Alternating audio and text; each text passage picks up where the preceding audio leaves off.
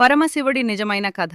సృష్టి నుండి శివతత్వం వరకు ఈ వీడియోలో తెలుసుకుందాం. చివరి వరకు స్కిప్ చేయకుండా చూడండి. మన ఛానల్ని కొత్తగా చూస్తుంటే సబ్స్క్రైబ్ చేసుకోండి. అలాగే లైక్ చేయండి.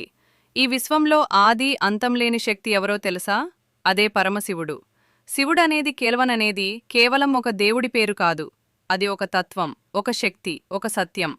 శివుడి ఆవిర్భావం ఆది అంతంలేని జ్యోతి. ఒకసారి సృష్టిలో ఎవరు గొప్పవారు అన్న విషయంపై బ్రహ్మ మరియు విష్ణు మధ్య వివాదం వచ్చింది. అప్పుడు ఆకాశం చీల్చుకుంటూ ఒక అద్భుతమైన అగ్నిస్తంభం, జ్యోతిర్లింగం ప్రత్యక్షమైంది.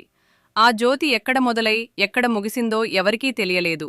బ్రహ్మగారు పైకి ఎగిరారు, విష్ణువుగారు కిందికి వెళ్లారు. కాని ఆ జ్యోతికి ఆది అంతం కనపడలేదు. అప్పుడు ఆ జ్యోతిలో నుంచి శివుడు ప్రత్యక్షమయ్యాడు. అప్పుడు అందరికీ తెలిసింది, శివుడే ఆది, శివుడే అంతం, శివుడే పరమసత్యం. కైలాసవాసి, త్యాగానికి ప్రతిరూపం. శివుడు కైలాస పర్వతంపై నివసిస్తాడు. అతనికి బంగారు కిరీటాల అవసరం లేదు. పులి చర్మం ధరించి శ్మశానంలో విహరిస్తూ సాధువుల మధ్య ఉంటాడు. అతని మెడలో నాగు ఉంటుంది. జటాజూటంలో గంగమ్మ ఉంటుంది. నుదుటిపై మూడో కన్ను ఉంటుంది. ఆ మూడో కన్ను జ్ఞానానికి సంకేతం. అది తెరిస్తే అజ్ఞానం దహనమవుతుంది. ఆయన భార్య పార్వతీదేవి, కుమారులు గణేష్ మరియు కార్తికేయ. సముద్రమథనం, లోకక్షేమం కోసం విషం తాగిన మహాదేవుడు. ఒకప్పుడు దేవతలు అసురులు కలిసి పాల సముద్రాన్ని మదించారు. అప్పుడు ముందుగా హాలాహల విషం బయటకు వచ్చింది. ఆ విషం అంత భయంకరంగా ఉండేది, సృష్టి మొత్తం నాశనమయ్యే ప్రమాదం ఏర్పడింది. అప్పుడు శివుడు ఆ విషాన్ని తాగి తన కంఠంలోనే నిలిపేశాడు. అందుకే ఆయనకు నీలకంఠుడు అనే పేరు వచ్చింది. ఇది శివుడి కరుణకు గొప్ప ఉదాహరణ. తాండవం, సృష్టి స్థితి లయం. శివుడి నృత్యం తాండవం. అది కేవలం నృత్యం కాదు, అది సృష్టి స్థితి లయలను సూచిస్తుంది. శివుడు నర్తిస్తే విశ్వం కదులుతుంది. శివతత్వం ఏమిటి? శివుడు అంటే శుభం, శివుడు అంటే శూన్యం, శివుడు అంటే అంతరంగ శాంతి. మనలో ఉన్న అహంకారాన్ని, కోపాన్ని, అజ్ఞానాన్ని దహనం చేస్తే మనమే శివత్వాన్ని పొందగలం. శివుడు బయట ఉన్న దేవుడు మాత్రమే కాదు, మనలో ఉన్న చైతన్యం కూడా. ముగింపు సందేశం. శివుడి కథ మనకు ఒక గొప్ప పాఠం చెబుతుంది. త్యాగం చేయటం నేర్చుకో, అహంకారం విడిచిపెట్టు, శాంతిని ఆచరించు, ధర్మం కోసం నిలబడు. ఓం నమః శివాయ అనే మంత్రం కేవలం శబ్దం కాదు, అది మనసును పవిత్రం చేసే శక్తి. శివుడు బయట ఉన్న దేవుడు మాత్రమే కాదు, మనలో ఉన్న ధైర్యం, శాంతి, త్యాగం ఇవన్నీ శివతత్వం.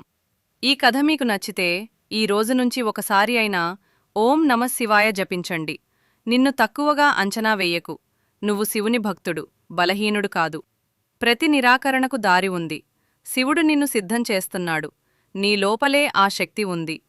నీ జీవితంలో వచ్చే ప్రతి పరీక్షకు అర్థముంది. ప్రతి నష్టానికి పాఠముంది. ఎందుకో తెలుసా? నీ జీవితం ద్వారా ఇంకెవరికో వెలుగునివ్వడానికి. నమ్మకమంటే అంధవిశ్వాసం కాదు. శివుణ్ణి నమ్మడమంటే కూర్చుని ఎదురుచూడటం కాదు. ప్రయత్నం చెయ్యాలి, కష్టపడాలి, కాని ఫలితంపై భయం వదలాలి. నువ్వు నీ పని చెయ్యి, ఫలితం ఆయనపై వదిలేయి. అదే నిజమైన భక్తి. ఈ క్షణం నుంచి మార్పు. ఈ వీడియో చూస్తున్నావంటే ఇది నీ జీవితంలో ఒక మలుపు. ఈ రోజు నుంచి 3 పనులు చెయ్యి. నీ గురించి చెడు ఆలోచన ఆపు. ప్రతిరోజు కనీసం ఒక మంచి పని చెయ్యి. ఓం నమః శివాయ జపించు. ఇంతే, మార్పు మొదలవుతుంది. చివరి సందేశం. నువ్వు పడిపోయినా లేవడానికి శక్తి నీలోనే ఉంది. ఆ శక్తి పేరు శివుడు. ఈ వీడియో యాదృచ్ఛికం కాదు, ఇది ఒక పిలుపు, ఒక జాగరణ, ఒక మార్పు ప్రారంభం. ఈ రాత్రి నిద్రపోయే ముందు ఇలా చెప్పు, శివుడా, నేను ప్రయత్నిస్తాను, నువ్వు నన్ను నడిపించు. నీ జీవితంలో ఏ తుఫాను వచ్చినా గుర్తుపెట్టుకో, నీ వెనక నిలబడి ఉన్నాడు పరమశివుడు. మీ జీవితంలో సమస్యలు ఉన్నా శివుడు ఒక పరీక్ష మాత్రమే ఇస్తాడు, శాశ్వత బాధ కాదు. లైక్ చేయండి, షేర్ చేయండి, ఛానల్ సబ్స్క్రైబ్ చేయండి. మరిన్ని శివతత్వ వీడియోల కోసం ఎదురుచూడండి. ఓం నమః శివాయ.